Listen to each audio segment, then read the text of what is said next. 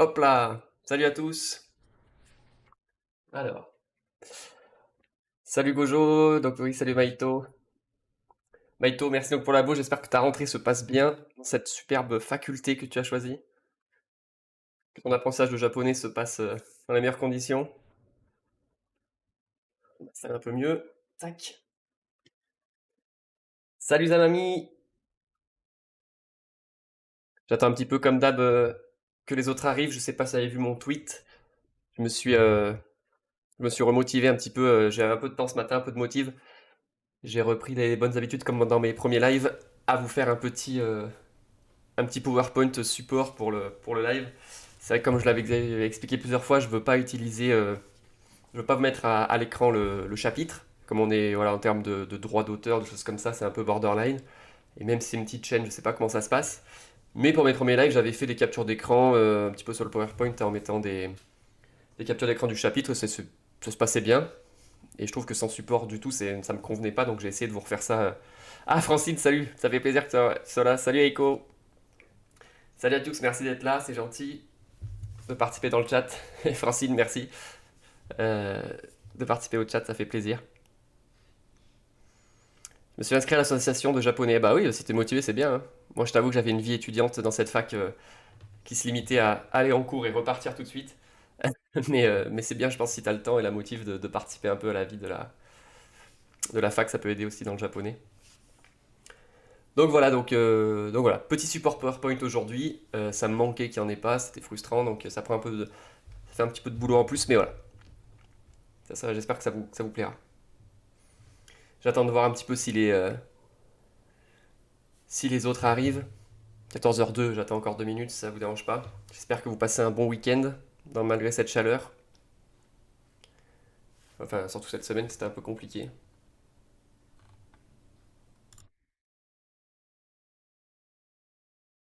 Hop, là, et ben, je vous ai préparé l'autre truc, c'est ça. On va faire comme ça.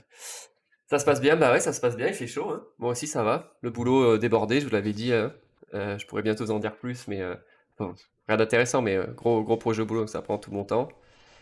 Et voilà, je me suis levé en forme ce matin, donc j'ai pu vous faire le truc, je suis content. Et oui, donc sur le Discord, je vous ai tag aussi, mais si vous n'avez pas vu, j'ai partagé du coup les PowerPoint dans Discord. Donc les anciens, pas celui d'aujourd'hui encore, je le mettrai après. J'ai partagé les PowerPoint que j'avais fait, donc le tout premier, le gros PowerPoint, j'ai dû même supprimer quelques planches parce qu'il était trop volumineux pour Discord.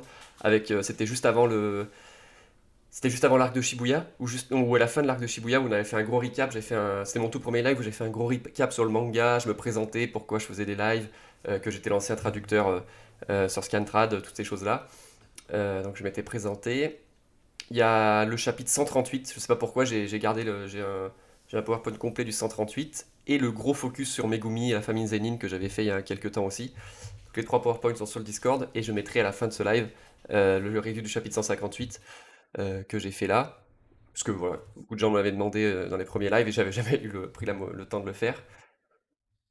Donc voilà, et ben en attendant que les autres arrivent, j'avais préparé un autre truc, j'aimerais bien faire ça aussi plus souvent parce que aussi l'intérêt de la chaîne c'est de pouvoir c'est que je parle et je lis le japonais donc autant s'en servir un peu plus. Donc je suis allé voir un petit peu dans l'actualité du Jujutsu Kaisen, donc pas que en japonais, hein, mais il n'y avait pas grand chose en français, hein, comme vous savez, le jeu euh, Phantom Parade, pas de nouvelles, toujours le statut d'inscription.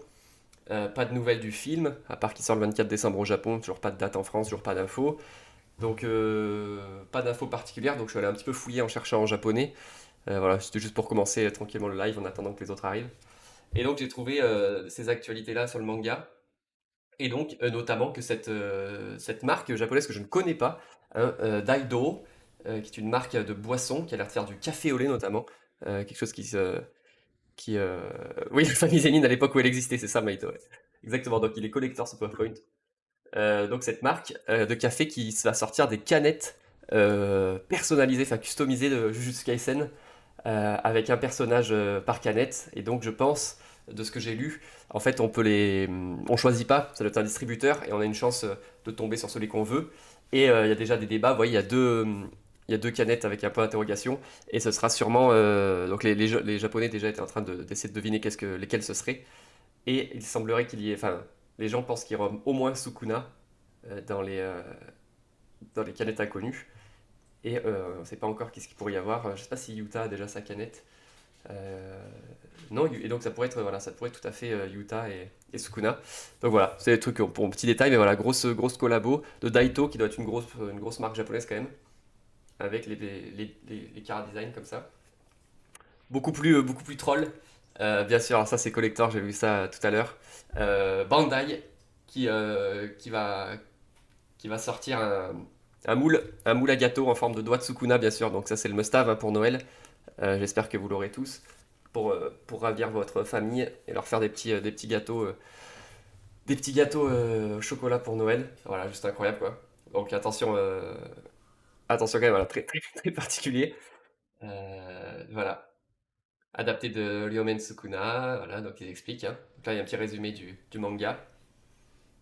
Et donc Bandai suggest the toast, donc avec de mettre des amandes grillées. Ah oui, Bandai, bien sûr, qui recommande de mettre une amande grillée au bout du doigt pour montrer que ça ressemble à un ongle. Et vous pouvez faire 5 doigts à la fois. Et ce moule, pour la modique somme quand même de 35 $, donc une trentaine d'euros. Incroyable. Donc, à acheter, bien sûr, sur le site de Bandai. Je crois que c'était vraiment le truc sympa. Salut AXA, je passe vite, tu sais, avec un pote et qu'une pote. Pas de souci. Merci d'être passé vite fait quand même. Et la dernière pub dans l'actualité, ça fait cher le moule, ouais, 30 euros pour des doigts dégueulasses, ça fait un peu cher. La dernière grosse collabo, c'est avec Lawson, donc une grosse marque de combini, donc les petits magasins ouverts 24/24 au Japon, qui sort des posters, tout simplement, donc voilà, des posters originaux, sur Megumi, Nobara et autres, donc et notamment Yuji, comme on les voit là.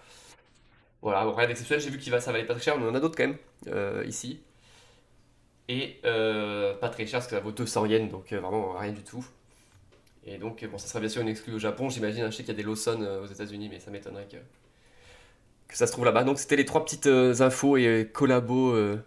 C'est tout récent, hein, ça date de cette semaine. C'est même pas sorti. Je crois que les canettes qu'on a vues tout à l'heure, ça sort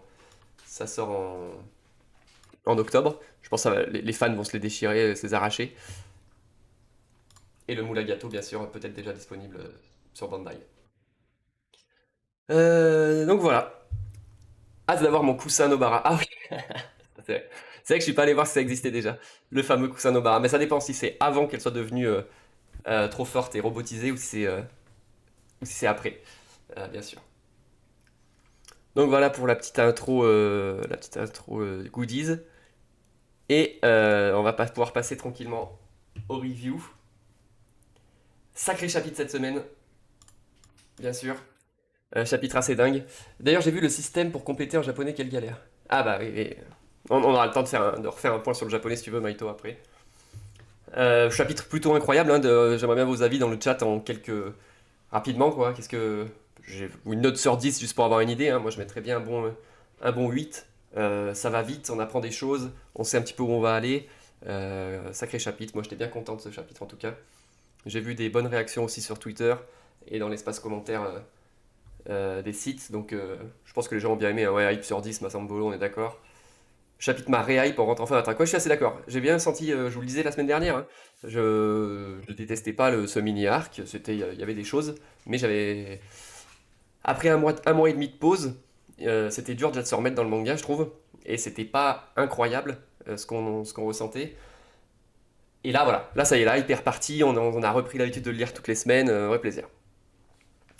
10, alors je vois des bonnes notes. Hype sur 10, le chapitre m'a hype, beaucoup aimé, beaucoup d'infos. Alors ça confirme la théorie que j'avais. Alors, Gojo, ça on verra du coup plus tôt, je pense. J'aurais besoin de votre aide aussi, ceux qui ont plein de théories. J'ai beaucoup aimé. 10, Kenja-kun, salut aussi. Merci d'être là, voilà. Ça fait plaisir de voir que tout le monde a aimé. Et on reviendra sur les théories, les choses, qu'il y a beaucoup de choses à dire déjà sur le chapitre avant d'évoquer d'éventuelles théories. Mais ça me confirme l'idée que le chapitre était très plaisant. Alors, deux grandes nouvelles, bien sûr. Donc voilà, je disais, je vous ai ressorti les PowerPoints pour qu'on ait un peu de support visuel, c'est plus sympa. On verra bien ce qui se passe. Première info, bien entendu, le partage d'informations. Donc on l'avait dit la semaine dernière.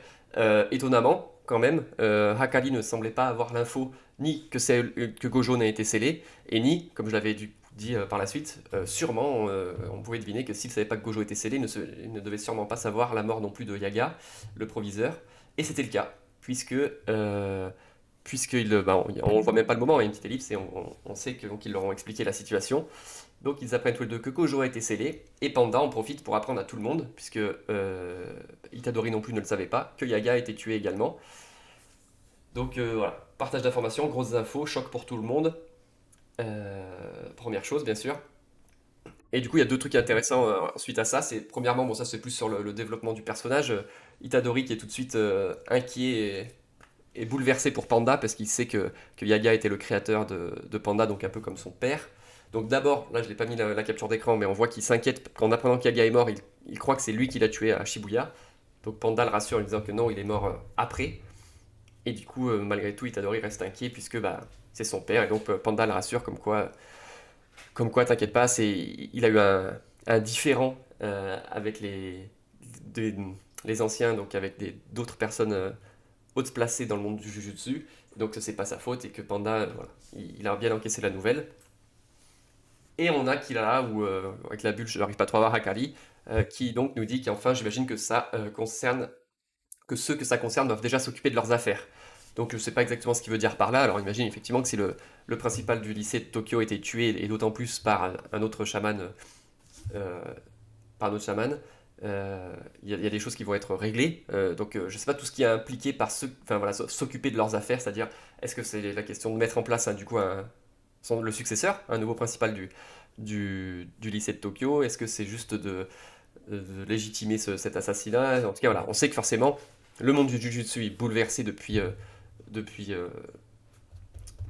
Shibuya, mais là, d'autant plus, l'organisation aussi des instances importantes, dont le lycée, va être bouleversée donc avec un nouveau principal. Donc déjà, on arrive, première page, pas mal d'infos. Je prends aussi mon onglet là pour voir si j'oublie rien à vous dire. Hop, voilà. Donc là, voilà, c'était le principal. Là, vous me dites dans les commentaires s'il y avait d'autres choses qui vous choquent sur ces premières pages. En tout cas, pour l'instant, je trouvais ça.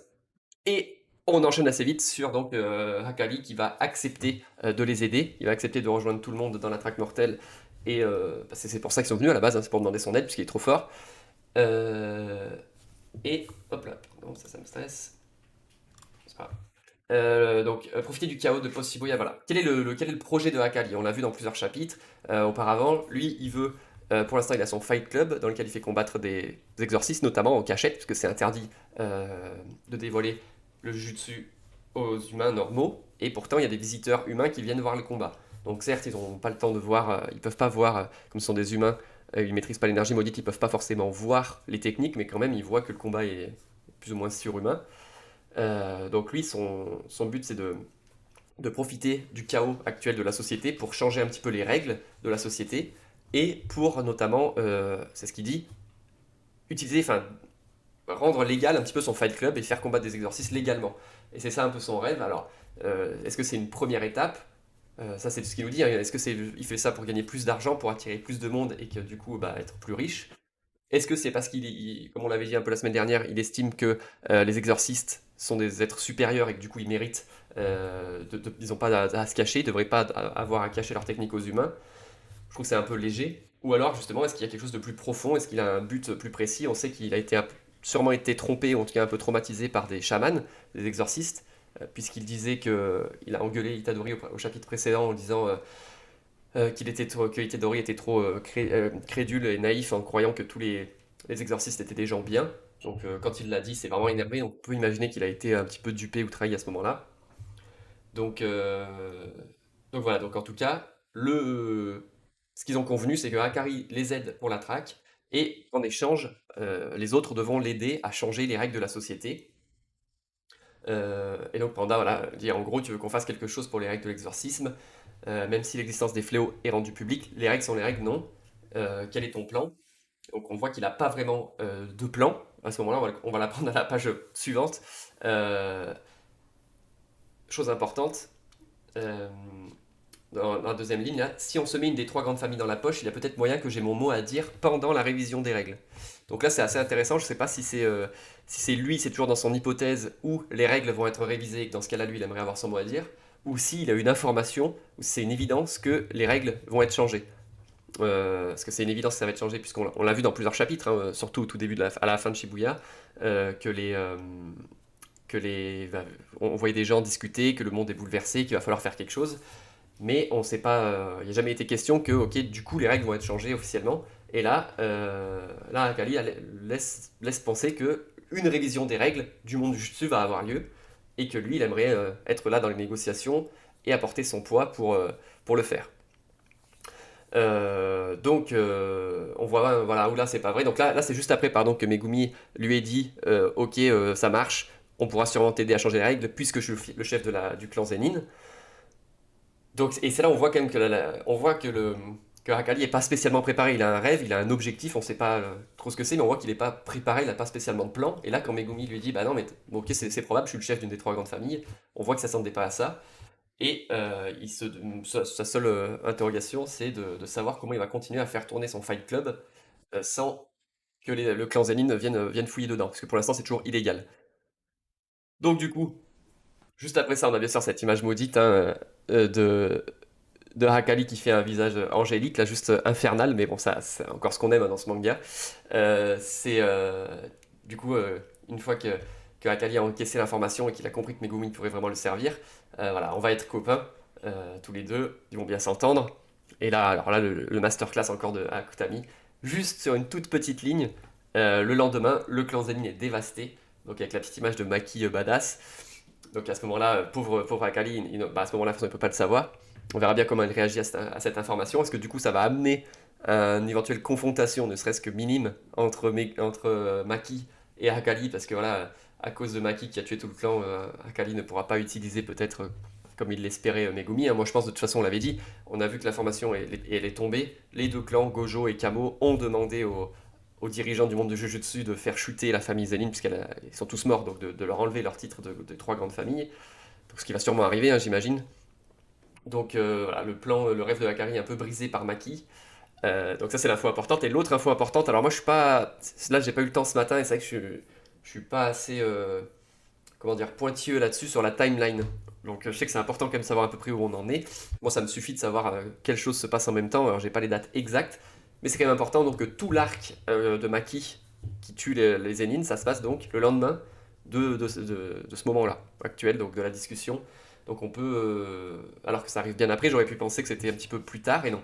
Ça se passe un jour avant le massacre des Zénines, donc information quand même importante. Je pense qu'on pourra trouver, je vous l'avais déjà dit, hein, je referai un PowerPoint où on reprendra bien la situation, la timeline et tout ça, la chronologie, plutôt quand on sera pleinement rentré dans l'arc de la traque mortelle, même si on va le voir, du coup elle a quand même bien commencé la traque mortelle, hein, plus que ce que je pensais. Mais je sais pas si on est vraiment dans les tout premiers chapitres de l'arc de la traque ou si on est encore sur un petit entre-deux. Mais j'ai été étonné, on va le voir, la traque a bien commencé déjà. Euh, donc voilà, donc Megumi, très bien, je suis chef du clan Zenin, et ils sont partis. Voilà, l'accord est scellé quoi. Ils cèdent et en retour, les autres devront aider Akali à changer les règles à changer les règles.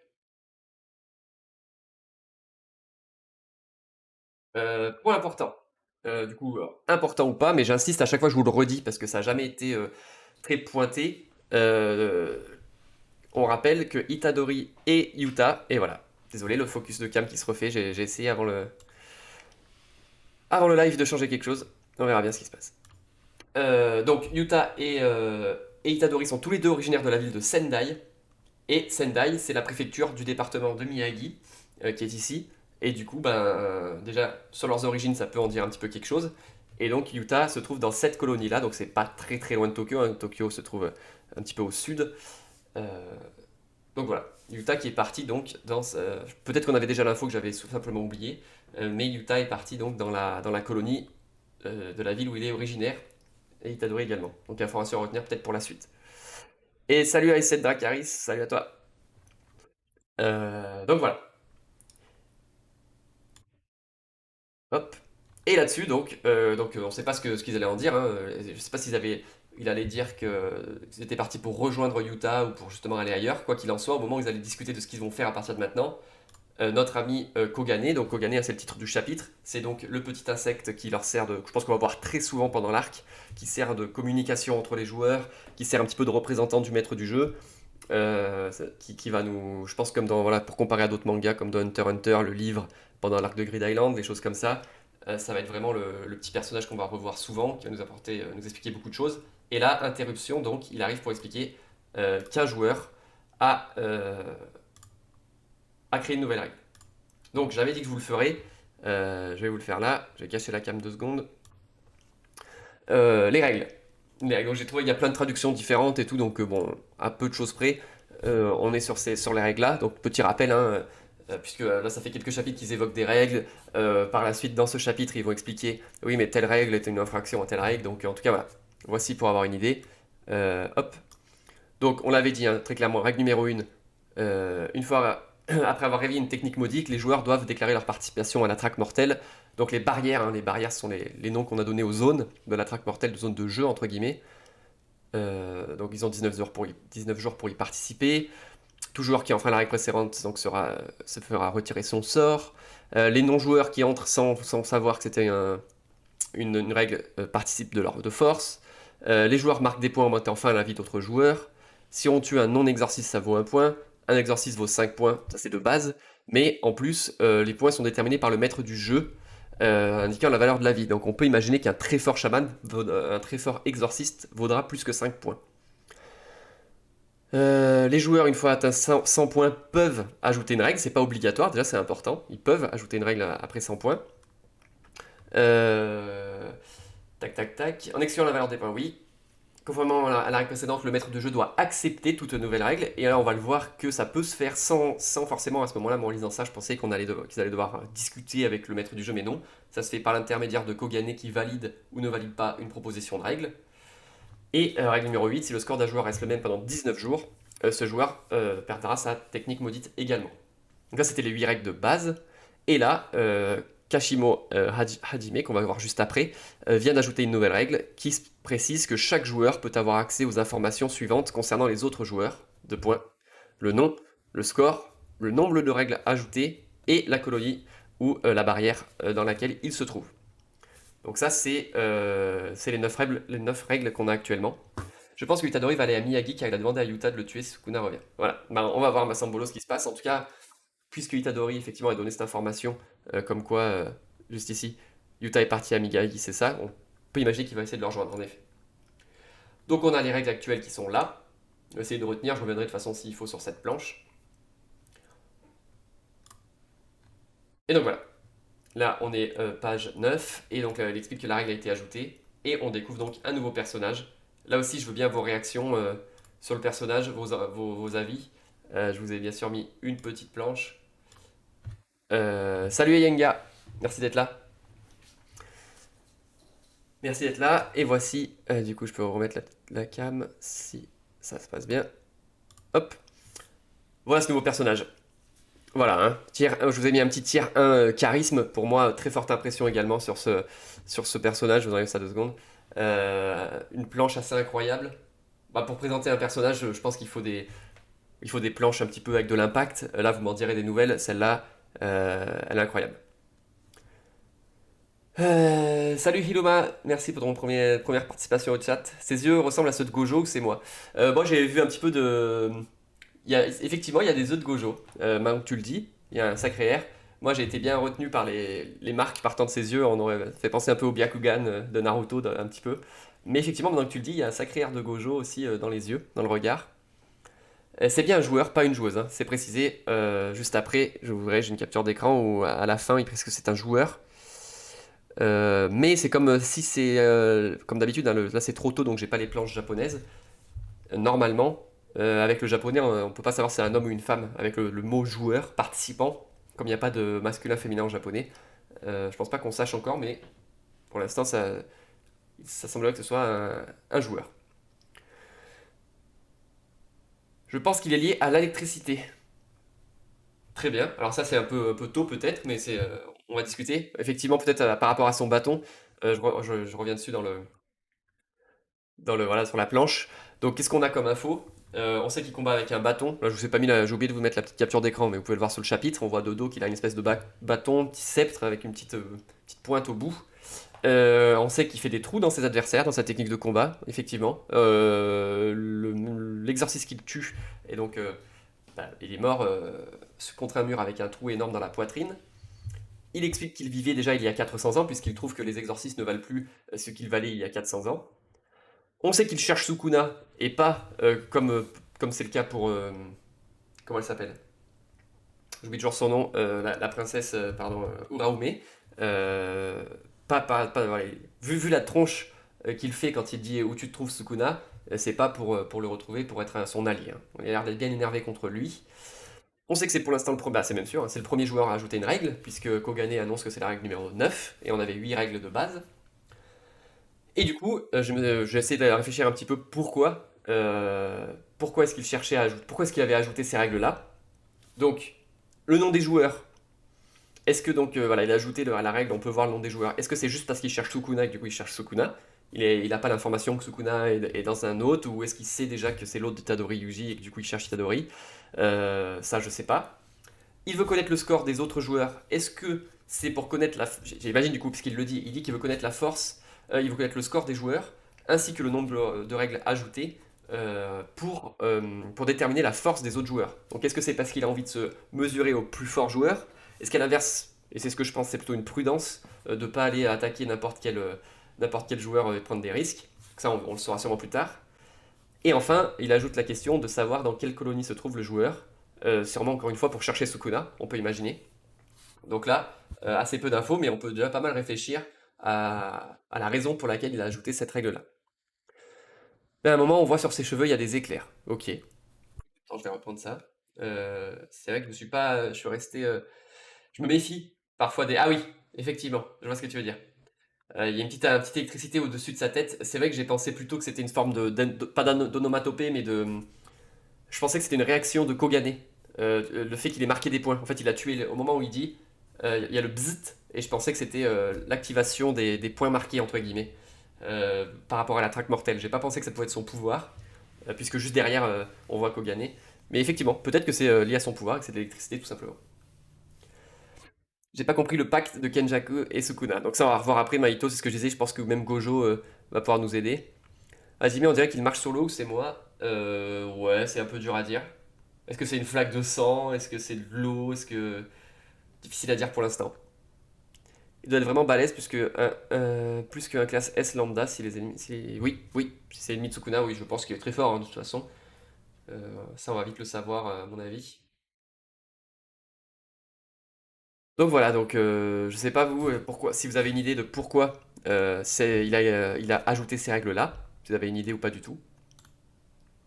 Je pense que c'est à cause de la lumière, en fait. J'ai plus ma petite lampe à côté, du coup, il fait des petits...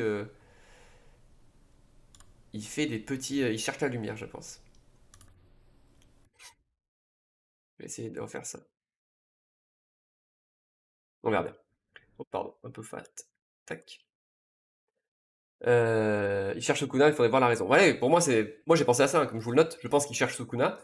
Mais est-ce que le nom de Sukuna va apparaître comme participant, s'il est à l'intérieur de Yuji? Enfin, est-ce qu'il sait déjà que Sukuna est à l'intérieur de Itadori, du coup il connaît le nom de Itadori? Enfin, voilà. Assez intéressant encore, on va en savoir plus. De toute façon, la partie difficile à comprendre, c'est juste après, hein. Pour l'instant, c'est un peu de la description. Je comprends pas comment on se sert de la règle qu'il a ajoutée. Bah écoute, c'est assez simple, hein. Je pense que c'est ce qu'ils font juste après. C'est le fait que t'appelles Kogane et tu lui demandes de te donner les informations sur les joueurs que tu veux. Et du coup, après, ça t'affiche les informations qu'on a le droit de révéler, qu'on a le droit de demander. On va le voir assez vite, hein. Quelle est la prochaine planche? Bah voilà. Donc non, avant de passer à la planche d'après, voilà, pour moi c'est assez simple, hein. On demande à Kogane, on le voit du coup assez vite dans la page suivante où Itadori et Megumi demandent donc. Voilà, pour l'instant, voilà, montre-nous les informations des joueurs. Et donc on voit donc que le Kogane se transforme en espèce d'écran et on a les infos.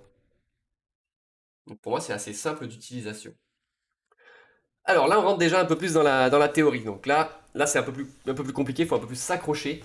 Puisque Kogane déjà apparaît à Yuji pour lui annoncer une nouvelle règle.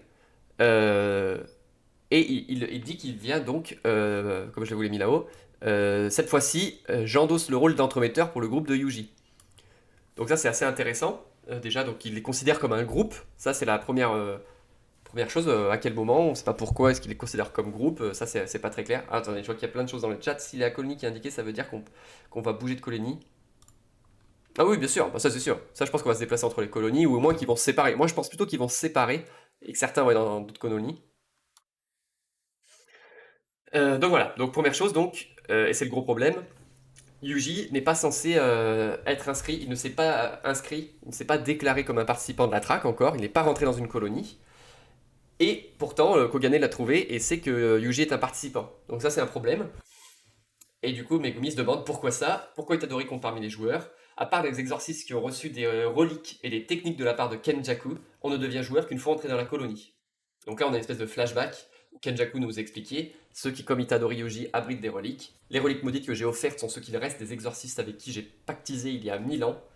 Cependant je ne me suis pas limité à des exorcistes. Donc là ça commence déjà la théorie, j'ai vu que ça avait pas mal secoué les mecs qui font un peu des théories. Donc est-ce qu'il y a plusieurs choses hein. Est-ce que du coup Kenjaku avait pactisé il y a très longtemps avec Sukuna, et comme Yuji a Sukuna en lui, ça a compté Itadori comme un participant. Moi, c'est la théorie la plus simple, hein. C'est en gros, bah, Sukuna a fait un pacte avec Kenjaku à un moment. Est-ce que c'est le moment où il s'est fait transformer en. Il a été scellé avec ses doigts éparpillés? Est-ce que c'est beaucoup plus vieux que ça? En tout cas, est-ce que c'est juste. Voilà, Kenjaku a été un peu plus ou moins manipulé, volontairement ou pas. En tout cas, il y a un contrat entre Kenjaku et Sukuna. Et comme Yuji a Sukuna en lui, il s'est fait inscrire de force. Donc ça, c'est la théorie la plus basique. Et c'est ce que j'espère, parce que après, c'est vite difficilement compréhensible. Voilà, un saut sur le doigt, des choses comme ça. Donc ça, c'est juste, comment dire. C'était prévu que Sukuna participe à la traque, mais pas spécialement son hôte à ce moment-là. Sauf que Megumi, moi c'est là où j'ai un peu plus de mal et c'est là où je trouve que c'est le plus compliqué, j'ai bien envie d'avoir votre avis, c'est sur ce que dit Megumi juste après. Euh, voilà, donc lui Itadori pense que c'est Sukuna aussi. Ne serait-il pas devenu une relique après avoir passé un contrat avec Kenjaku? Donc ça c'est ce que Itanori nous dit. Et là c'est là que Megumi, voilà, moi ça m'étonne un peu plus. Mais quelque chose ne tourne pas rond. Tu as avalé les doigts de Sukuna de ton plein gré. Alors déjà pas tous, premièrement, parce qu'on se rappelle très bien qu'il s'en est fait, pendant qu'il était à moitié endormi, on lui en a fait bouffer plein. En tout cas, c'est peut-être un souci de traduction. Mais le premier doigt, en tout cas, vu l'image, on parle du premier doigt. Megumi fait arriver la notion de plein gré. Et du coup, je pense que s'il dit ça, moi je l'ai compris comme ça, c'est en gros, il, comment dire, que pour qu'il y ait un contrat avec Kenjaku, il faut que les deux soient d'accord. Et que selon Megumi, Itadori, ayant bouffé le doigt de son plein gré sans jamais. C'était pas une partie d'un contrat ni quoi que ce soit, pour lui ça ne marche pas. Donc je vois pas trop ce qu'il veut dire par là, donc je pense que du coup, Megumi, lui, il est pas d'accord avec l'idée que Sukuna a passé un contrat avec Kenjaku et que si du coup il est dans le corps de Yuji, Yuji se fait embarquer dans l'histoire. Pour lui, c'est pas ça, il y a autre chose. Bon, c'est ce que je comprends avec cette histoire de plein gré. Donc du coup, c'est pour ça que je vous ai mis. Est-ce que finalement le truc le plus what the fuck du début du manga sera enfin expliqué? Parce qu'on rappelle quand même pour le tout début, moi je me rappelle très bien quand je l'ai montré à des amis, surtout l'animé, je veux dire, il n'y a aucun moment. Je crois que je t'ai perdu. On va y revenir, Drenti.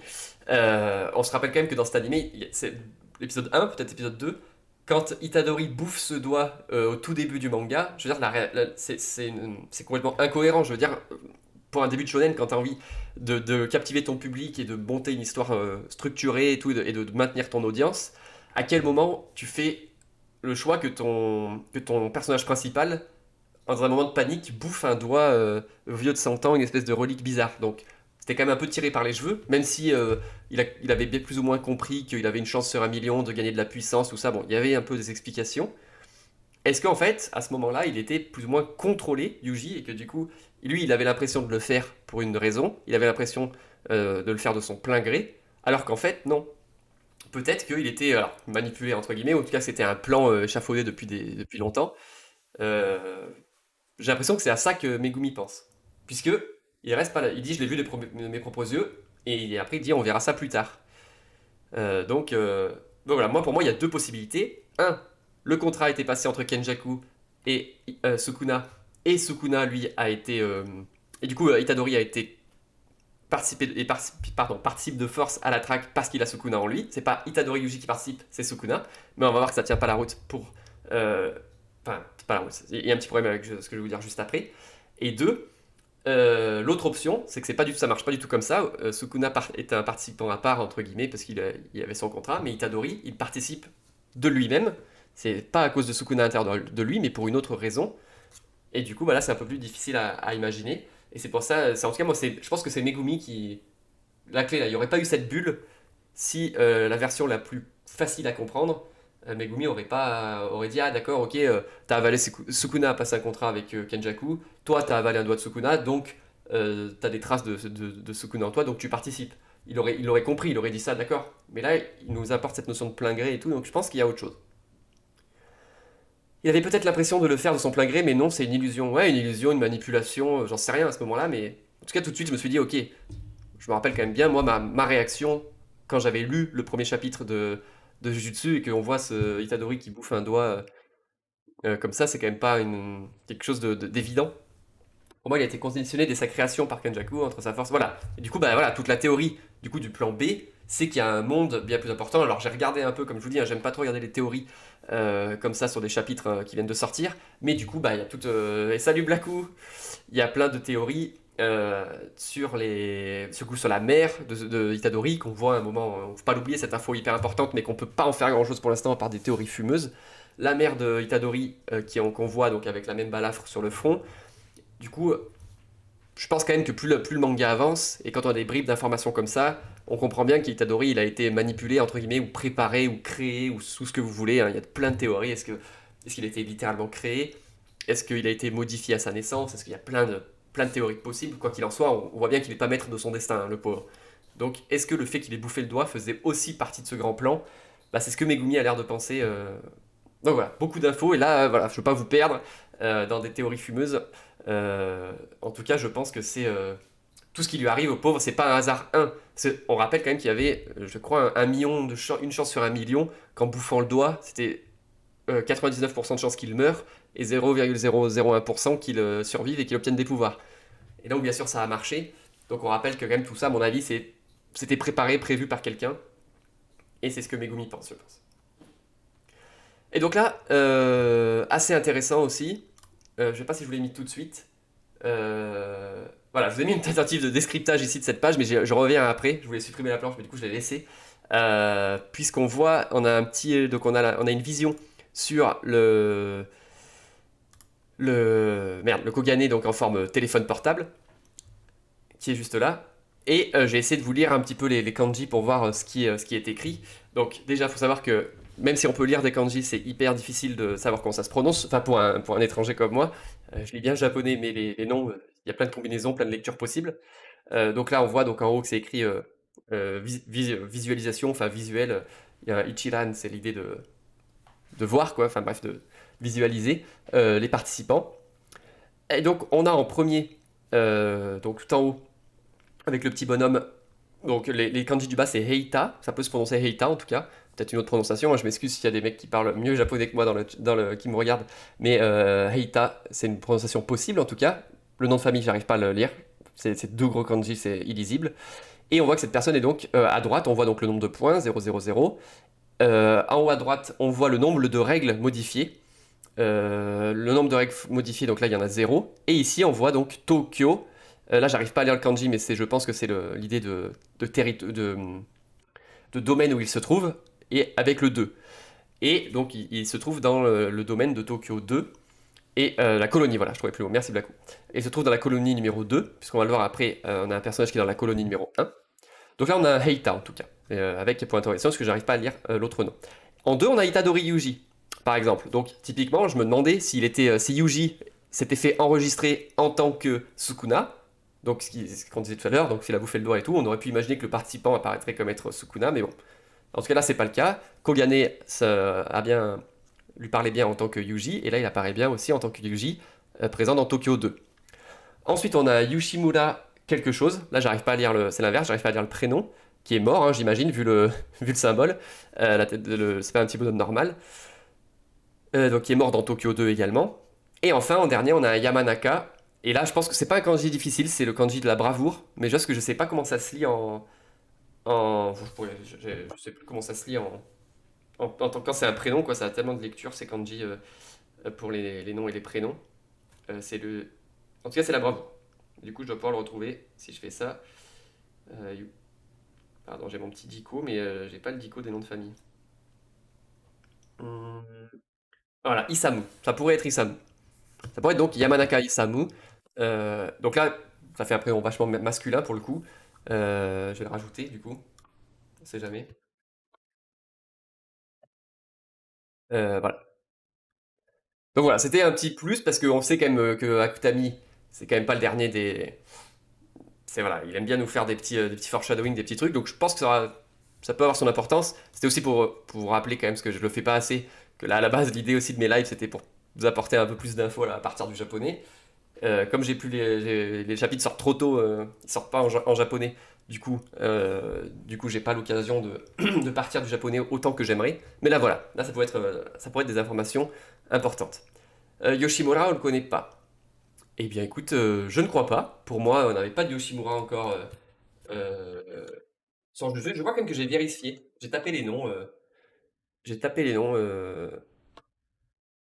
Ah, le mort? Ah, non, j'ai pas vérifié si on avait un Yoshimura. Du coup, comme c'était le mort, moi je me suis dit c'est juste un mec qui s'est fait tuer et qui servait à marquer des points. C'est que des persos qu'on connaît pas, on est d'accord. J'ai pas pensé à vérifier le mort, mais du coup, je veux juste vérifier Yamanaka Isamu. Juste voir si c'est une référence ou un truc comme ça. Maintenant que j'ai. Ah, on a un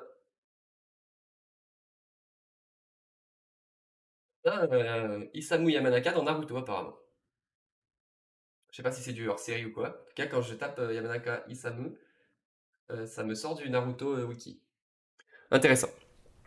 Peut-être c'est juste un clin d'œil du coup à ce personnage. Peut-être que. Mais on verra bien. En tout cas, c'était un petit plus que je peux vous apporter euh, à ce moment-là. Et du coup, donc là, on en apprend plus. Donc, Megumi a mis de côté toutes ces interrogations sur la participation. Pourquoi est-ce que Itadori participe? Et là, ils se remettent dans leur focus principal. Et ce qui devrait être la trame principale du coup de notre côté, côté de ce groupe-là, c'est de sauver sa sœur, principalement. On l'oublie pas, hein, le but principal est d'abord de sauver Tsumiki. Et donc Megumi, il nous l'avait déjà dit il y a quelques temps, il avait réfléchi à une idée. Et là, il nous redit il pense qu'il a un moyen pour participer à la traque mortelle sans tuer personne. Et donc, c'est de miser sur la collaboration avec de vieux exorcistes qui étaient ressuscités pour la traque. euh, de leur demander, voilà, en plus des humains comme Tsumiki qui sont pris de panique et ne veulent pas sortir de la colonie, on peut également compter sur les exorcistes d'antan qui ont été ramenés à la vie. Ceux-là, une fois ramenés à la vie, comme c'est des mecs sûrement puissants, une fois qu'ils sont ramenés à la vie, qu'ils comprennent un peu ce qui se passe, ils vont très vite comprendre qu'ils sont ramenés à la vie. Peut-être même que c'était volontaire, hein. Peut-être que dès le début c'était prévu qu'ils se fassent ressusciter dans plusieurs centaines d'années, selon quand des conditions seraient remplies. Donc du coup, que ce soit volontaire ou pas, ces mecs-là vont sûrement comprendre pourquoi ils sont là, et peut-être qu'ils n'auront pas envie de collaborer et de faire plaisir à Kenjaku et de participer à la traque, et que donc ils vont peut-être quand même accumuler des points pour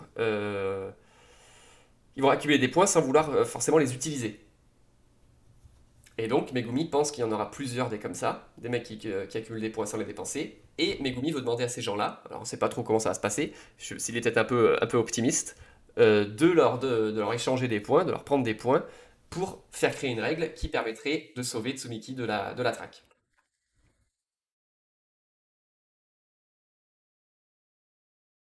Ou alors le signe de la tête de mort veut dire qu'il était mort et qu'il a été ramené à la vie. Ouais, c'est une possibilité, hein. Moi j'y crois moins, mais c'est une possibilité. Je suis prêt à jurer que ça va être un flop, la stratégie de Megumi va pas marcher. Ouais, je suis assez d'accord. Moi, la première raison, et c'est bien plus évident, c'est que je pense que. En fait, lui, il est persuadé que Tsumiki est quelqu'un qui doit être sauvé. Et je pense qu'il, pour moi, Tsumiki, elle était réveillée, elle est un peu manipulée, elle a reçu de l'énergie maudite. Je pense pas que ce soit la Tsumiki qu'il connaisse, parce elle s'est éveillée, elle a plein de choses, et je serais pas surpris qu'en fait ce soit une méchante, entre guillemets, hein, Tsumiki. Maintenant qu'elle est plus comme elle est. J'imagine pas sa petite sœur fragile et en train de se cacher, attendant d'être sauvée. Aussi bien, c'est un contraire, elle est devenue méchante, ou en tout cas, soit méchante, genre vraiment méchante, possédée 100% méchante, soit juste, bah, elle s'est éveillée au jujutsu et du coup, elle se régale et elle vit sa meilleure vie et elle tue des gens. Bon, ça, j'y crois moins. Mais en tout cas, j'ai du mal à croire que on nous présente sa sœur comme quelqu'un à sauver parce qu'elle est fragile. J'ai un peu du mal à y croire. Donc voilà, donc déjà, il y a ce plan-là. Et après, voilà, clairement, moi, le fait que là, on nous parle de... Ah, salut Shizu, merci beaucoup pour le premier message dans le chat. Il a dû aller la voir pour savoir si elle était réveillée ou non. Donc il s'en serait aperçu. Bah, pour l'instant, mais on sait pas comment elle peut évoluer. Euh, je sais pas si elle va être juste sauvable. C'est vrai qu'il était allé la voir, en effet. Bah, je sais pas, moi, je sais pas, je trouve qu'ils nous vendent, Akutami, il ajoute tellement de... Il insiste vraiment sur ce côté-là, et comme tout le monde l'a bien dit, hein, Kenja-kun, Blackou, tout le monde est d'accord pour dire que le plan va être un flop, parce que Akutami, il aime bien nous préparer des plans, on va faire ça pendant un ou deux chapitres, et en fait, dès le début de tentative de plan, tout est impossible, donc je m'attends aussi à ce que le plan soit un échec. Par contre, je pense qu'au contraire, pour l'instant, elle est encore gentille, c'est une personne à sauver, mais bientôt elle ne le sera plus. Voilà. Bah, quoi qu'il en soit, voilà. Je suis assez d'accord avec ça et que finalement, cette règle de sauver Tsumiki, on verra si c'est. Je lui crois pas trop. Par contre, là, ce qui est hyper intéressant, je trouve, dans cette bulle, c'est tout simplement le fait qu'ils vont être amenés à rencontrer d'anciens exorcistes, d'anciens chamans, qui ne sont pas forcément allés à Kenjaku, donc ils seraient forcément pas hostiles. S'ils les rencontrent et qu'ils discutent, on pourrait imaginer qu'il n'y ait pas de combat. Et du coup, on pourrait carrément imaginer soit de rencontrer des gens qui en savent plus sur la famille de Itadori, des gens qui en savent plus sur Megumi, son histoire, son sort, ou même des mecs tout simplement qui, je sais pas, pour X raison, on pourrait imaginer un mec qui connaît un peu le sort inné de Megumi sur les 10 ombres là, le jardin des ombres et tout, et du coup lui apprennent à utiliser le sort dans une certaine mesure, ou un mec qui pour X raison s'attache à Itadori et du coup lui apprennent certaines choses. Ou voilà, ou un truc un peu plus classique dans le shonen, ils tombent sur un mec, ils se battent un peu, et le mec leur dit non mais vous êtes trop faible à l'état actuel, vous battrez jamais personne, et du coup il les entraîne, un peu à la Hunter x Hunter aussi, pendant l'arc de Chimera Hunt, on a bien des moments où ils s'entraînent en plein milieu de l'arc. Donc voilà, moi j'imagine bien, et j'espère surtout, une rencontre avec un ancien exorciste qui leur apprenne des choses, ça serait grave cool. Après je vois que c'est logique, que ça soit vraiment insistant sur Tsukmiki, que c'est pas sur... Mais oui, c'est vrai que c'est par son biais que ça traque, certes, mais la traque, elle est pas. De notre côté, ouais. Du côté du groupe d'Itadori, effectivement, leur but, c'est de sauver Tsumiki. Mais le but de la traque est bien plus profond. Donc, du coup, j'en attends un peu plus. Mais si c'est juste ça, je serais pas déçu, hein. S'il la sauve et qu'après il s'occupe d'autre chose, je serais pas déçu. Mais j'ai l'impression, commençant un peu à m'habituer à Gege, que il insiste pour nous montrer finalement que ça va pas marcher. Je sais plus, est-ce qu'on connaît tous les Shikigami de Megumi? Non. D'ailleurs, Dante, je crois que t'es arrivé après. Sur le Discord, le, j'ai mis le PowerPoint que j'avais fait sur le focus sur Megumi, donc avec tout l'arc du clan Zenin et toutes les infos sur ces Shikigami. Et non, on les connaît pas tous encore, de mémoire. Il en manque au moins 3. Donc non, on les connaît pas tous. Voilà, donc une bulle très intéressante et moi j'attends beaucoup de leur rencontre avec un autre exorciste. Le plan Megumi 2, donc voilà. Le plan, donc là aussi très intéressant. Son idée, c'est donc d'ajouter une règle qui stipule il est possible d'octroyer ses propres points à un autre joueur. Et là, on a donc Kogane qui dit j'approuve l'échange de points. Donc là, hyper intéressant sur le fonctionnement, super intéressant puisque il est bien précisé dans les règles hein, qu'il faut juste ici, donc c'est la règle numéro 7. Conformément à la règle, le maître du jeu doit accepter toute nouvelle règle proposée. Parce que pour pas qu'elle ne contredise les règles de base. Et là, on voit Kogane qui dit tout de suite j'approuve l'échange.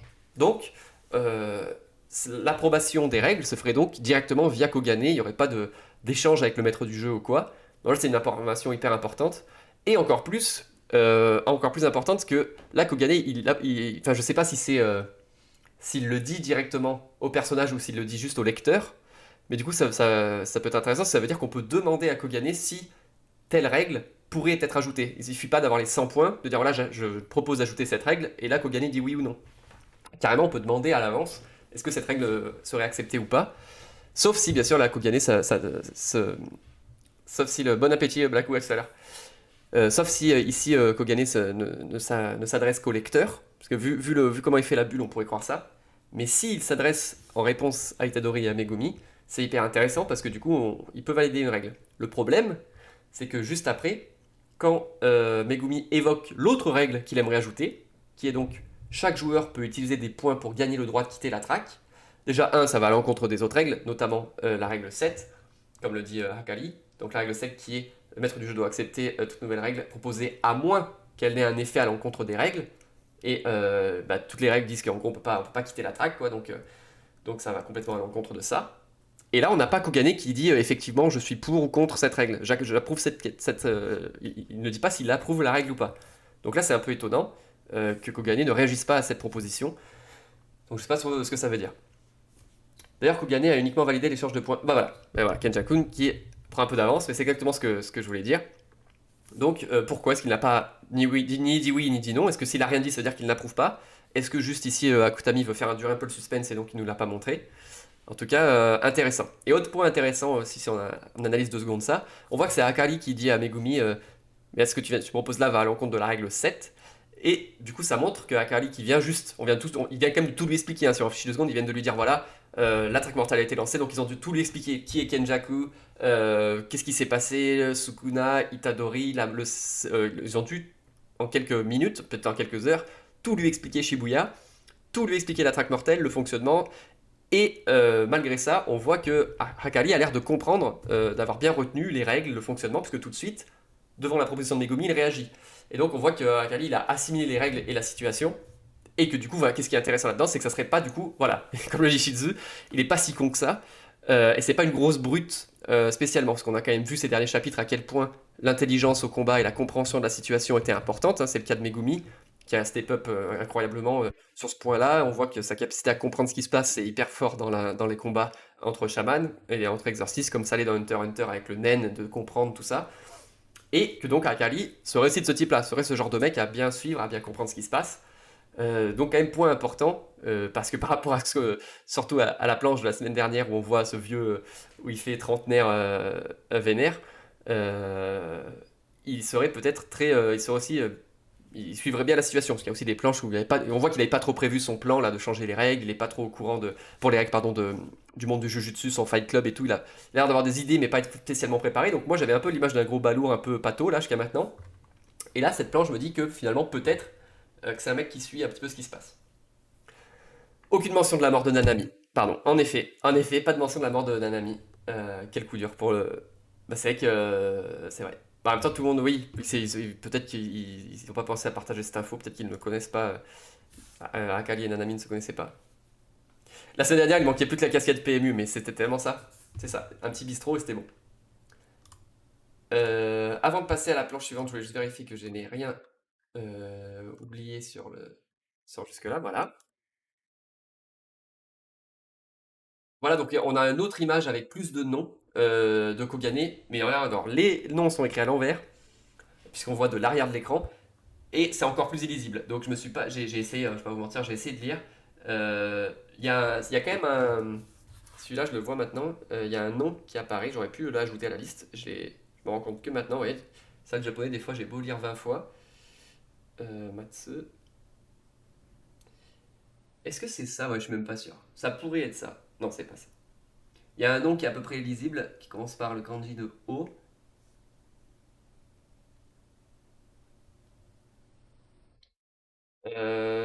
Ça pourrait être Uesugi, quelque chose comme ça, je sais pas comment ça se prononce. En tout cas, il y a un autre nom ici à peu près lisible, mais bon, c'est à l'envers et tout. Quoi qu'il en soit, il y a d'autres noms de personnages qui apparaissent ici qui me sont un peu spoilés, et on verra bien s'ils arrivent plus tard. Ensuite, donc, il zoome sur. Donc voilà, Megumi a expliqué son plan. C'est donc de trouver des exorcistes qui ont engrangé des points, mais qui ne les utilisent pas. Également, pardon, avant que j'aille un petit peu. Avant d'aller trop vite, à moins que je l'ai préparé sur une planche.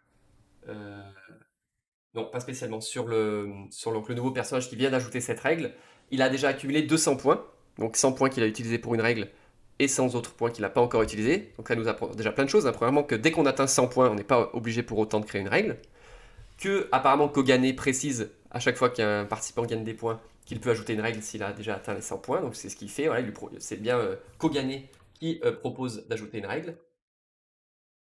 Voilà, vous avez gagné 5 points, vous avez 200 points, voulez-vous utiliser 100 points pour créer une règle? Voilà, c'est bien Kogane qui précise tout ça. Et pourquoi je vous dis tout ça? Tac, tac, tac, et voilà. Et donc, 200 points. Si on imagine qu'il a donc tué uniquement des exorcistes, puisque c'est un mec quand même qui a l'air de vouloir un petit peu tester sa force et qui est déçu. Il le dit lui-même qu'il est déçu de la puissance des exorcistes. On imagine qu'il a tué que des exorcistes. Et du coup, bah, vu que c'est 5 points par exorciste en moyenne, enfin de base, on peut imaginer qu'il a tué 40 personnes, comme le dit Itadori.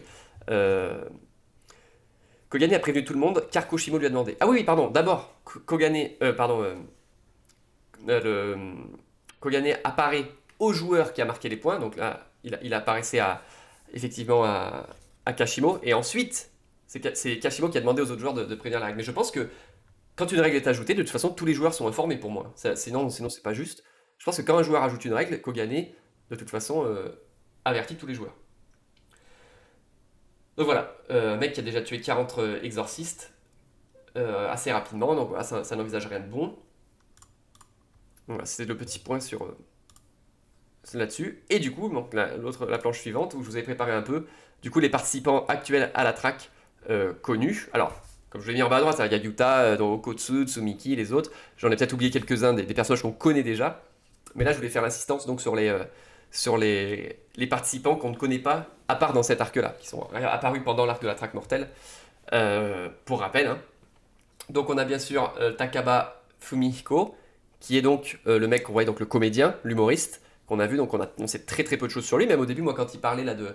Quand ils ont, juste à la fin du chapitre, ils évoquent Higuruma Hiromi, j'ai cru que c'était lui en fait, mais pas du tout, c'est un autre personnage. Donc là on a bien Takaba Fumihiko, donc on ne sait rien, quasiment. On a bien sûr Kurusu Hana, qui est donc l'ange, celle qui a le pouvoir de libérer Gojo avec son sort, donc d'annuler, neutraliser, hein, les termes j'étais je crois, neutraliser un sort. On vient d'apprendre donc l'existence de Kashimo Hajime, qui se trouve lui dans Tokyo 2, on le voit sur le descriptif du téléphone, et Higuruma Hiromi, qui est dans Tokyo 1 également, on le voit... euh, ah, attends, tiens, le Pipikaka a été ban par Twitch, excuse-moi, je dois te permettre ce message, The Kenjakun. 35 a toujours des blagues Pipikaka, voilà, c'était lui, exactement. Euh, Tokyo 2, et donc voilà, Higuruma Hiromi, qui est dans Tokyo 1. On sait rien sur lui, à part qu'il a un marteau. Là, je sais que j'avais plus trop de place, donc j'ai coupé son marteau. Voilà, Brakmar dans le slibard. Ouais. Je rappelle quand même que Brakmar dans le slibard, c'est une traduction incroyable de la personne qui a pris la suite, qui a pris ma suite dans les traductions, qui avait quand même bien trouvé un moyen de traduire le jeu de mots très difficilement traduisible en japonais. C'était très bien. Voilà, ouais, je suis d'accord, les deux personnages sont bien intrigants. On sait très peu de choses sur Hilomi, à part qu'il a donc 100 points. Ah non, si, on a une chose que j'ai complètement oublié d'ajouter, je voulais le faire ce matin. Il a un marteau de juge, donc ça c'est super drôle. Est-ce que c'est un juge? Donc j'imagine du coup en voyant ça, j'ai tout de suite pensé qu'il avait. Effectivement, ça m'a fait penser à un marteau de juge. Donc il aurait un pouvoir stylé en mode je te juge faible, je te juge mort, enfin voilà. En lien avec du coup la justice, ou en tout cas le fait qu'il. Comme un juge qui a un bas son coup de marteau et qui scelle la mort de son adversaire, moi j'ai tout de suite pensé à ça. Mais j'ai vu plein de gens qui s'emballent, ou en tout cas au moins une personne qui s'est emballée sur le fait qu'il a un marteau et que du coup ce serait sûrement un mec de la famille de, de Nobara, puisque du coup il utilise un marteau, du coup il utilise sûrement des trucs vaudous et tout. Alors moi je n'étais pas du tout parti là-dessus, mais puisqu'il a un marteau et que le seul personnage qu'on connaît avec un marteau c'est Nobara, bon bah pourquoi pas, hein, il y a aussi ça. Il avait le badge sur lui, donc il y a avocat au juge. Clairement, hein, moi je suis d'accord avec ça, puis ça se voit. Euh, euh, Tout à fait. Donc voilà, puis même le marteau c'est un vrai marteau de juge, je veux dire, c'est pas. Moi j'ai jamais pensé à Nobara à ce moment-là. Mais voilà, donc assez stylé. Et donc l'info importante que j'ai oublié d'ajouter, c'est qu'il a 102 points ce monsieur. Et s'il a 102 points, ça veut dire qu'il a au moins marqué une fois un point, ou en tout cas moins de 5 points en une fois, et donc il tue également des non-exorcistes. Et du coup ça change un peu de l'autre, ça change un peu par rapport à notre Kashimo Hajime qui lui a l'air de s'attaquer qu'à des exorcistes, donc peut-être qu'il y a peut-être une certaine... Alors, on le sait pas, hein. Peut-être qu'il a tué des non-exorcistes dans le lot, on sait juste qu'effectivement, il a marqué plus de points, mais c'est sûr que Higuruma Hiromi, lui, a au moins tué un non-exorciste, ça c'est sûr. Donc du coup, ça serait peut-être plus là où pour moi Kashimo Hajime pourrait éventuellement être un petit peu coopéré, peut-être, hein, parce que on ne peut pas que son but... Bon, même si, bon, il veut tuer Sukuna est dans Yuji, mais bon, quoi qu'il en soit, même de visuel, je trouve que Hiromi fait beaucoup plus méchant, sans scrupule. Ça c'est mon avis. Ce sont soit des fléaux, soit des... Ah, les fléaux aussi, c'était un point. Ah mince, j'avais oublié ce détail. J'avais oublié que les fléaux marquaient un point. On a l'info Shizu de ça? J'avais oublié que les fléaux marquaient un point aussi sur les règles de la track. Je veux bien la confirmation de cette info où j'essaierai de chercher, mais j'avais oublié cette info.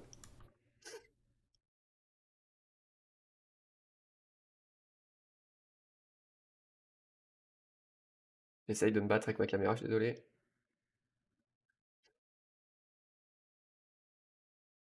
Exorciste, ça peut être que des fléaux ou humains. Ah oui, tout à fait. Très bonne remarque. Oui, oui, c'est moi qui étais. Je suis resté sur le terme non-exorciste on utilisait pour les traductions. Effectivement, effectivement. J'ai tendance à. Parce que je me rappelle très bien quand le terme de non-exorciste, je sais même plus ce que c'était maintenant, ça commence à dater, j'ai arrêté de traduire en janvier. C'était hyper difficile du coup à traduire ce chapitre, ce terme de non-exorciste. Et du coup, j'en suis resté au fait que ce soit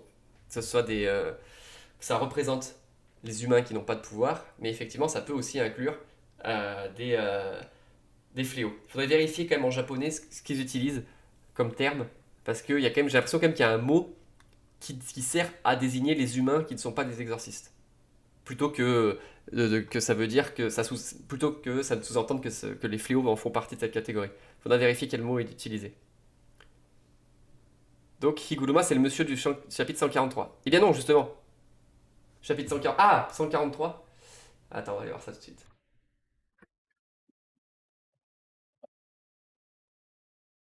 Je suis remonté jusqu'au 144, si je ne dis pas de bêtises. Qu'est-ce qu'on a dans le chapitre 143?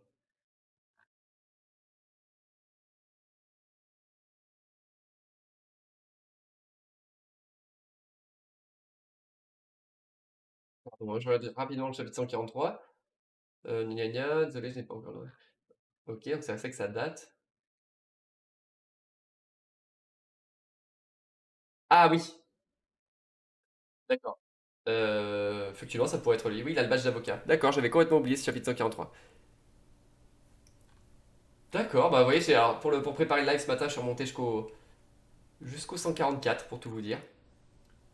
Incroyable. Et pourquoi est-ce que vous voyez tout le monde, vous, dans ce chapitre? Kashimo aussi est là au 143, et l'ange aussi. Kashimo, première case, Higuruma, deuxième case. Mais de quelle page tu parles?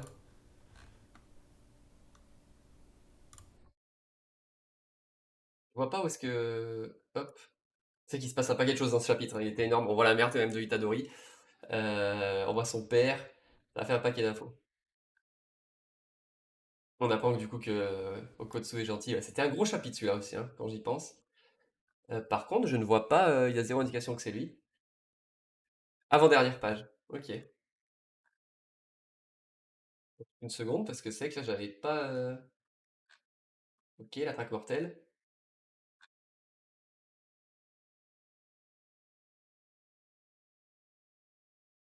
Oui. Ah, effectivement, il y a ce badge là qu'on voit, qui pourrait donc laisser penser que c'est lui, je comprends. Faut voir qui était à ce moment-là. Et donc c'était là que j'ai cherché en plus ce chapitre, chercher les règles de la track, et du coup j'ai dû les prendre sur un autre site, et elles étaient donc au chapitre 143. Ça passe vite, je pensais pas que ça serait remonté aussi loin. Kashimo avec le bâton. Ok, ok, ouais, ça peut être lui, en effet. Il faut... J'étais pas allé jusque-là. C'est vrai que ça pourrait être lui. Bien vu, j'avais pas du tout vu ça. On sait juste que pour l'ange avec sa case au-dessus de la ville, il y a la mâchoire ainsi que Tsumiki. Mais la première page, Rin nous indique que c'est lui. Ok, ok. Bah écoutez, voilà. On en apprend toujours plus. Je pense que ça passe tellement vite, franchement, ce manga. Pourtant, c'était il y a 15 chapitres seulement. J'ai l'impression que c'était une éternité. Bien vu. En tout cas, voilà. Là, c'est les participants qu'on connaît, qu'on avait donc peut-être déjà vu avant. Et j'ai hâte donc de voir qu'est-ce qu'ils vont nous apprendre. Qui va être un grand gentil, qui va être un grand méchant. Est-ce qu'il y en a qui vont coopérer, d'autres non? On le saura bientôt. Et c'était la dernière planche de mon PowerPoint pour cette analyse de chapitre. Assez insane quand même cette semaine. Du coup, j'en ai perdu ma page. Mais oui, non, c'est bien la dernière page. Voilà, voilà. Donc là, bah du coup, on a pu voir en fait pendant l'analyse du chapitre déjà les théories en cours. Et Blackou, on a pu voir toutes les théories. On a un peu plus de 2 mois de pause en tout, et c'est passé lentement. C'est vrai que ça fait même pas un chapitre, hein. C'est assez dingue. Ben, je m'en suis rendu compte ce matin en refaisant mes petites recherches, mais ça manque un peu d'antagoniste encore, je trouve. Bah là, quand même, Drenti, toi en plus qui sait très bien me rappeler que j'ai le mauvais œil sur mes prédictions, là hier, la semaine dernière, quand j'expliquais ce que j'aimerais qu'il se passe et ce qui devrait se passer, c'était de nous présenter des antagonistes. Donc on a quand même deux cette semaine, c'est quand même énorme hein, quand on y pense, deux nouveaux antagonistes en un chapitre. Je suis tout à fait d'accord dans le sens où c'est pas assez, mais on peut imaginer que ces antagonistes-là qu'on a croisés, ils aient alors, pas j'irais pas jusqu'à dire des alliés avec eux, mais que du coup, on peut nous présenter d'autres antagonistes qui affronteraient ces gens-là. On pourrait imaginer que retrouver Hiromi en plein combat contre un autre et tout. Donc déjà, par rapport à la semaine dernière, on a quand même deux antagonistes de plus. Les deux, franchement, pour moi, très intéressants en termes de design et de tout ça. Par contre, les personnages androgynes qui sont proches connaissent Sukuna, ça commence à faire beaucoup. Oui, en effet. Faut voir ce que ça apporte, effectivement. Il y en aura plusieurs, faut juste attendre. Voilà, moi je pense qu'il faut encore attendre. Mais déjà, quand la semaine dernière je disais que j'espérais qu'on n'allait pas tout de suite plonger dans la traque et rencontrer des méchants, bah on apprend quand même que la traque est déjà bien commencée, mais on a déjà des antagonistes. Donc ça c'était le bon point. Et je disais aussi qu'il serait temps quand même que Hakari et compagnie apprennent pour les informations, les dernières infos, et donc c'est bon, ils les ont appris. Donc là, Gojo scellé, la mort de Yaga, tout ça. On voit d'ailleurs que Hakari était pas spécialement commencé, hein, Hakari s'est embrouillé avec des gens du lycée. Et là, en apprenant la mort de Yaga, il réagit pas spécialement, il dit pas ni tant mieux, ni tant pis, voilà, il dit rien de spécial. Donc on peut imaginer qu'il s'est pas embrouillé avec Yaga, ou en tout cas qu'il s'en fout. Voilà, c'est aussi une info à prendre, à retenir, on sait jamais. Donc voilà. Shizu, par contre, les persos. L'attaque mortelle va être mortale. Ouais, c'est ça. Non, non, mais là c'est vraiment cool. C'est pour ça que le chapitre était insane. C'est qu'on apprend énormément de choses. On a de nouveaux persos. C'est quand même grave cool, hein. Kenjaku et Sukuna sont les grands antagonistes, mais il faut des antagonistes de remplissage et ça arrive. Voilà, tout à fait, tout à fait. Mais j'aimerais bien aussi là, comme je suis pas le premier à le dire, j'ai vu dans le chat. Là, pour l'instant, on a l'impression que c'est les antagonistes. Et Megumi, d'ailleurs, explique bien que, en premier lieu, Kashimo, Hajime et Hiromi sont les deux premières cibles pour cette histoire de sauver Tsumiki et de d'échanger leurs points. Mais on n'oublie pas que le but final, en tout cas pour l'instant, c'est Hana, c'est Kurusu Hana d'aller chercher l'ange pour qu'elle libère Gojo. Donc on peut imaginer que ils vont rencontrer Hiromi ou Hajime d'abord, et que Hana, ça sera bien plus tard dans l'arc. On peut imaginer comme ça. Oui, oui, bah j'imagine pas non plus qu'elle va être alliée. Moi j'imagine, vu le design, le Kara design, j'imagine que ça va être quelqu'un d'hyper hautain et qui est pas du genre à collaborer avec les gens. Mais on va voir, hein. En tout cas, voilà, parmi tous ces antagonistes, ces gens, ces quatre personnes qui sont là, peut-être qu'il y en a un parmi les quatre qui va être un allié, ou moins qui va aider à un moment, ne serait-ce que pour aider à progresser nos amis. Euh, ou alors on en aura d'autres, hein. Bien sûr, bien sûr, bien sûr, il y a Hajime, on aurait pu penser à une femme, tout à fait. D'ailleurs, en pensant à ça, du coup, j'ai refait des recherches sur Kilala pour voir un peu ce que les gens disaient. Et oui, en fait, finalement, c'est pas encore trop. Vous savez, je vous disais que c'est la potentielle potentialité que soit donc que Kilala soit euh, comment dire pas en couple mais en tout cas attiré par Akali. On parlait de bisexualité, d'homosexualité, de plein de choses et que ça arrive pas souvent dans les shonen manga. Et du coup en refouillant sur les chapitres, il y a quand même le chapitre il y a 5 6 chapitres où on voit qu'il est très proche de Akali quand même. Il lui caresse la joue et tout. Et lui il s'en fout, il dit rien à Akali. Donc vraiment aussi hâte de savoir ça, parce que ça serait j'insiste, mais pour un shonen manga, c'est quand même pas courant. Et donc, en cherchant un peu en japonais, un peu en anglais, il y a des gens qui se posent la question aussi et qui réagissent au fait que de toute façon, Akutami c'est un manga qui est très moderne et donc il pourrait facilement apporter des choses de la LGBTQ, donc voilà, que ce soit transgenre, homosexualité, bisexualité et tout, dans son manga. Et franchement, j'ai vraiment hâte de voir ça, si, dans dans quelles conditions on va accepter la Shueisha, qui est pas donc la compagnie de Jump et tout, c'est pas les plus avancés sur ces questions-là. Donc j'ai vraiment hâte de voir ce qui va se passer si effectivement il y a bien l'homosexualité qui est amenée dans ce manga. Hiromi a l'air d'être un psychopathe, clairement d'accord. Il fait penser d'ailleurs un peu à Nanami, hein, dans son côté costard, côté un peu déterminé et tout. Je serais pas trop surpris qu'il soit une connaissance. Enfin, je sais pas, il me fait un peu penser à Nanami. L'équipe de Yuji est déjà cheat avec Akari, ouais, ouais, je suis d'accord, ouais. Il y a Yuji, Akari, Maki, Yuta. J'insiste à Shizu, mais moi, j'ai toujours du mal à croire que Maki va rejoindre l'équipe aussi facilement. Alors je vois, j'en peux plus. Oui, Hakari lui tient quand même les fesses. Ouais, voilà. Donc, hâte de voir ça.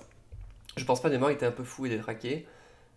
Après, c'est Gege les cheats disant sur la puissance des nouveaux antagonistes. Voilà, il y a aussi ça. C'est toujours pareil, hein, ça reste un shonen. Donc bah, les héros progressent, mais ils tombent sur des méchants plus forts. Surtout que là, on a une vraie excuse. Parfois, moi, c'est un peu pénible dans un manga quand d'un coup, t'as un méchant 10 fois plus fort que le méchant qui était le plus fort des méchants l'arc d'avant. Là, on a vraiment la notion de mecs qui sont ressuscités, de mecs qui ont été éveillés. Donc là, ce serait pas choquant dans l'histoire de se retrouver avec des mecs hyper forts. Ça, c'est légitime, quoi. Alors, Kenjakun, je prends un peu le temps. L'équipe de Yuji, en vrai, quand j'y repense, elle est cheatée, mais il faut pas sous-estimer ce qu'il y a de tous les côtés. Imaginez tous les exorcistes des anciennes époques, qui sont évidemment bien plus forts que les exorcistes actuels, tout à fait.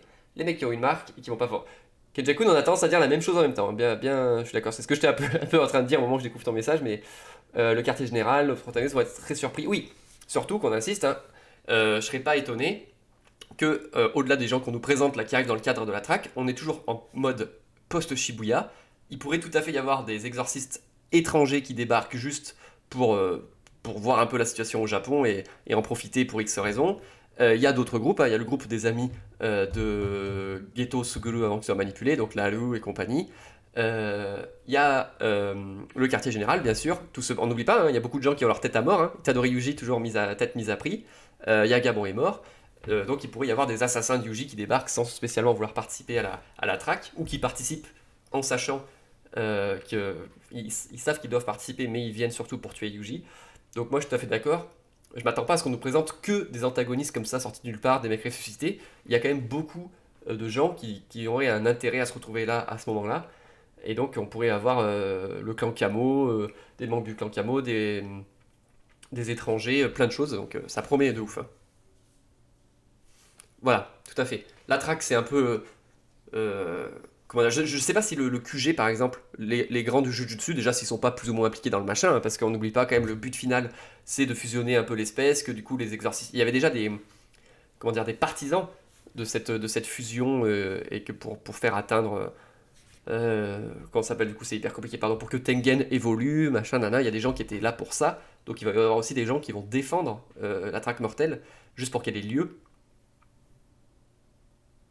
Ah ben alors, Shizu, voilà, je suis complètement d'accord. Moi, voilà, espérons juste que ce soit pas un arc linéaire avec juste un enchaînement de combats. Moi, ça me plaît, c'est vrai que je suis un peu. Quand je lis un shonen aussi, j'ai envie de voir des combats et des trucs stylés. Mais je suis complètement d'accord avec toi, si c'est que ça, sur 20 chapitres, ça risque d'être long. Après, ça dépend comment c'est fait. Après, voilà, moi je suis d'accord avec ce qu'on a dit plus tôt. Connaissant Gege, il va se passer des choses pas prévues. Il va se passer des choses qui vont faire que. On se rappelle, moi, le meilleur exemple, c'est l'arc quand même de Tokyo contre Kyoto. C'était censé être un tournoi de combat. Je me suis dit, ok, ça va être un arc exactement comme l'examen de Chunin de Naruto, qui sert que aussi plus ou moins arrêté avant la fin, mais quand même, on avait eu le temps de se taper un certain nombre de combats. Et en fait, très vite, le tournoi est interrompu par un événement extérieur. Donc là, je serais pas surpris qu'il se passe des choses complètement imprévues, un petit peu en dehors, et comme vous dites, voilà, il pourrait y avoir des flashbacks.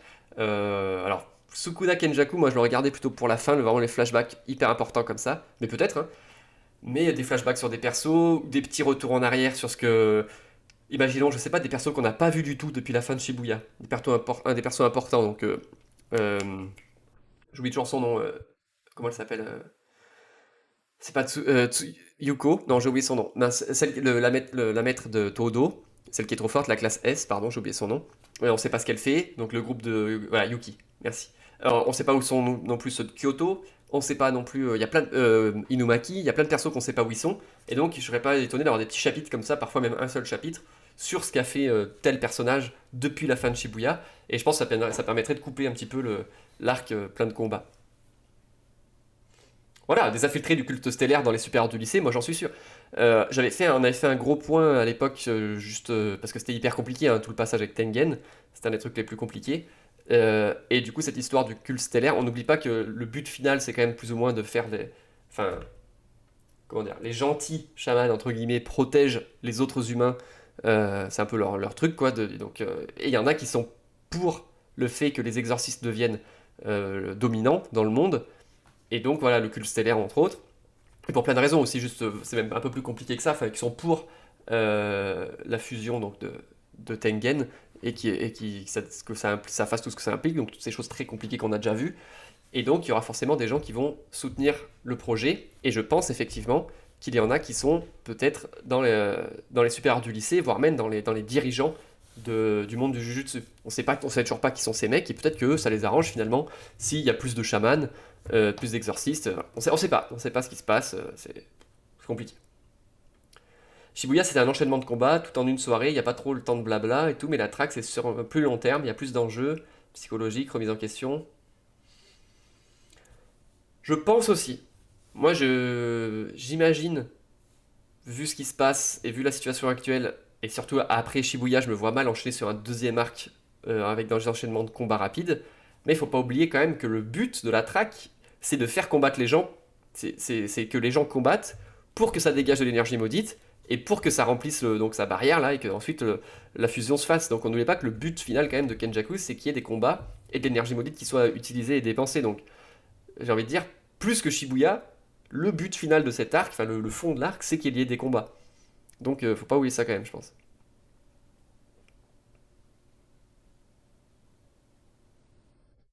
On aura bien plus de côtés. Par exemple, le Culte le QG, les côtés de Kenjaku, les alliés de Yuki, les alliés du vrai ghetto. Alors les alliés de Yuki et les alliés du vrai ghetto, moi, je serais pas surpris que ce soit les mêmes. Et sûrement d'autres camps qui vont... Voilà.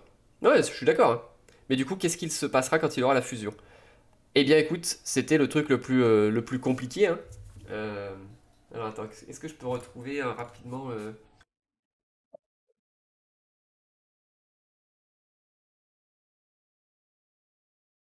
Parce que là, avec des mots comme ça, sans avoir révisé,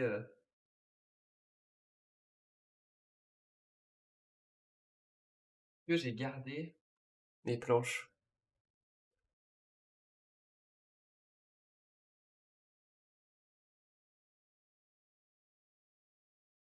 Hmm. J'ai pas mon... J'ai pas mon recap, je sais plus ce que j'en ai fait, mais en gros, c'était, voilà, que Tengen, qui est plus ou moins... C'est pas omniscient le terme, j'oublie le mot. Qui est présent partout, parce qu'il est trop puissant, il est un peu présent partout, et qui fusionne avec l'espèce humaine. Et du coup, cette fusion donnerait une espèce supérieure une espèce supérieure en gros à l'espèce humaine, voire même sur Tolkien, ça va vraiment voilà, des entités qui dépassent même les exorcistes, voilà.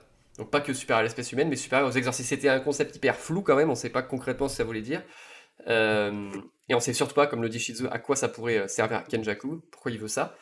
Mais voilà, quoi qu'il en soit, ça ferait fusionner, la fusion entraînerait une amélioration de l'espèce humaine et des exorcistes, tout ça, mais on sait pas concrètement ce que ça serait, ni pourquoi, et ce que ça changerait. Donc le but final est assez flou. Et d'ailleurs, je pense que ça va se produire. Plus ou moins, dans certaines mesures, on l'a dit la semaine dernière, ça devrait se produire. Et pour un dernier arc assez... un dernier arc, du coup, suite à cette situation-là, qui nous changera avec une situation improbable, quoi. Nouvel âge d'or et fin de l'exorcisme. Bon, ouais, bah, Blackou, je sais que t'aimes bien aller tout de suite super loin pour savoir un peu comment ça va se finir. Moi, je m'aventure pas là-dessus. Mais j'imagine bien un arc, effectivement, où la fusion a plus ou moins lieu. On a plus ou moins des mecs hyper puissants, supérieurs aux exorcistes, qui seraient, du coup, imaginons, même s'ils ont fusionné avec Tengen, comme c'est le plan de Kenjaku, peut-être contrôlé plus ou moins dans une certaine mesure par Kenjaku. Et du coup, on aurait tous nos alliés à combattre ce nouvel âge d'or de l'exorcisme, comme il était à l'époque des Yan. Pourquoi pas, hein? Je pense qu'il y a moyen qu'ils veulent permettre à la race humaine de transcender ses limites, même pour peut-être quelque chose de plus grand, du genre des dieux au-dessus de... Ouais, oui, c'est ça, hein. Moi, je suis d'accord. Mais on sait pas concrètement. Mais oui, oui, c'est l'idée. J'espère, j'aimerais trop voir un exorciste côté gentil. Anti-fléau, mais c'est un mec solo. Il est giga monstrueux, connu des hautes instances. Genre, il a 40 ans. Pourquoi pas, hein.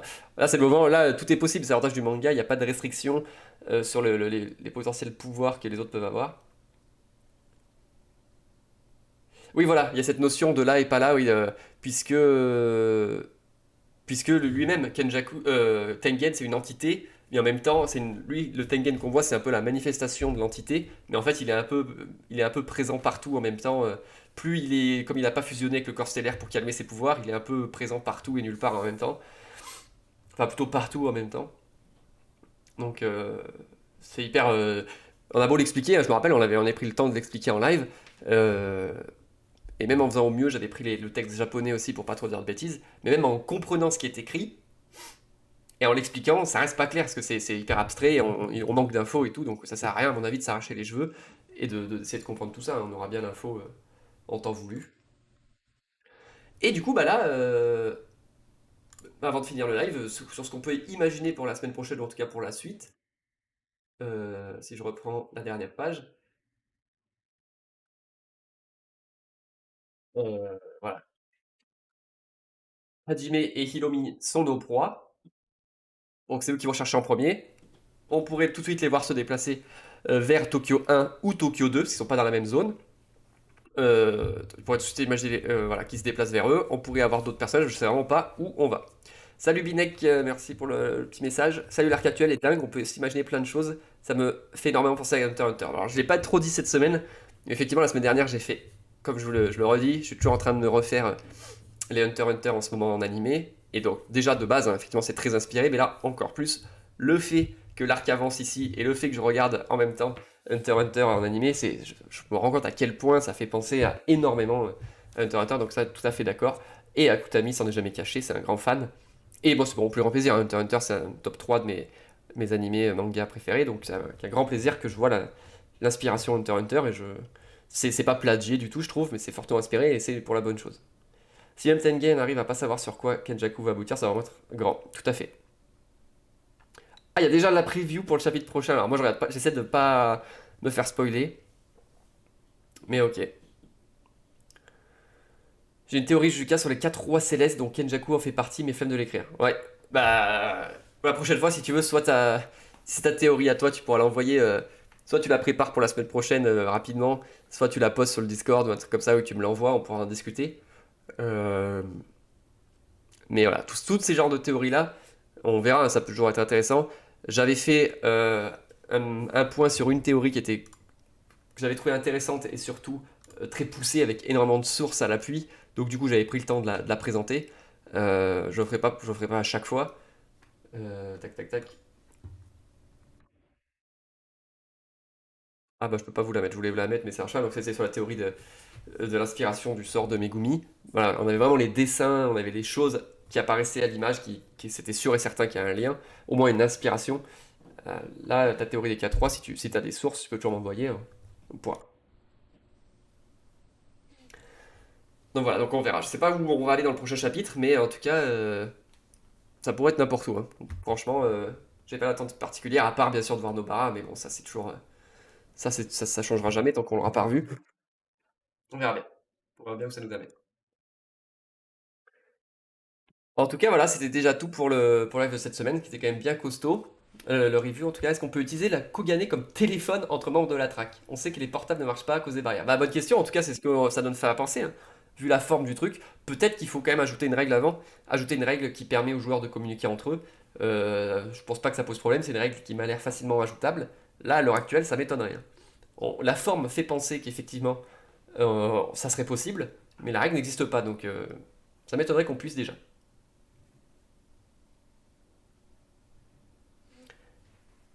Comme pour le live, oui voilà, donc bon voilà. Les previews, je les regarde pas de toute façon, et surtout voilà, si on sait pas où ça nous emmène, voilà voilà. Donc voilà pour cette semaine, encore merci de participer dans le chat, c'est super cool. Beaucoup de gens qui ont mis leur premier message. Vas-y Black, pose ta question, hein. Je remercie juste les gens quand même, c'est important, c'est grave cool quand même de participer dans le chat. Je vois des nouveaux noms qui apparaissent, j'ai une petite info quand c'est la première fois que vous participez, je le vois. Donc j'ai vu que vous étiez nombreux aujourd'hui, c'est grave cool. Quand quand jusqu'à s'interviewer sera un stream.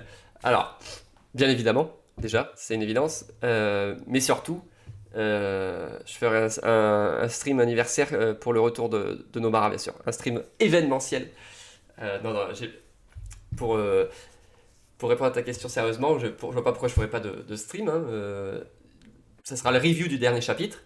Et bien sûr, donc déjà, ce sera le dernier live, entre guillemets, pour le Jutsu. Si ta question est une fois que le manga sera terminé, est-ce que je continuerai Twitch? Là, j'en sais rien du tout. Mais si tu veux dire est-ce que je fais un stream pour le dernier chapitre, évidemment. L'ajout d'une règle pour. Voilà. Bah oui, c'est possible. Hein. L'ajout d'une règle qui nous permet de communiquer entre joueurs, l'ajout d'un téléphone ou en tout cas d'utiliser. Tout à fait.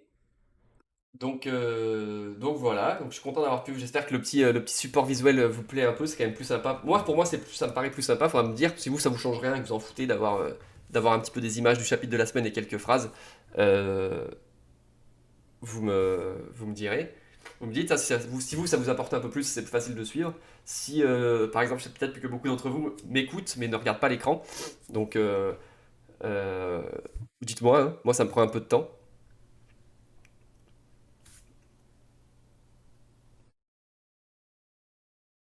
Et celle si on te pose 50 fois la question. Non, mais t'inquiète, hein. T'inquiète, t'inquiète, c'est juste que ça me coupe un peu dans mon. Après, il faut juste que je retrouve ce que j'ai en train de dire, mais il n'y a pas de souci, au contraire. Moi, je préfère que vous participez au chat et que vous posez des questions. Et donc voilà, et de me dire si les supports que je fais là vous plaisent ou pas, vous apportent quelque chose.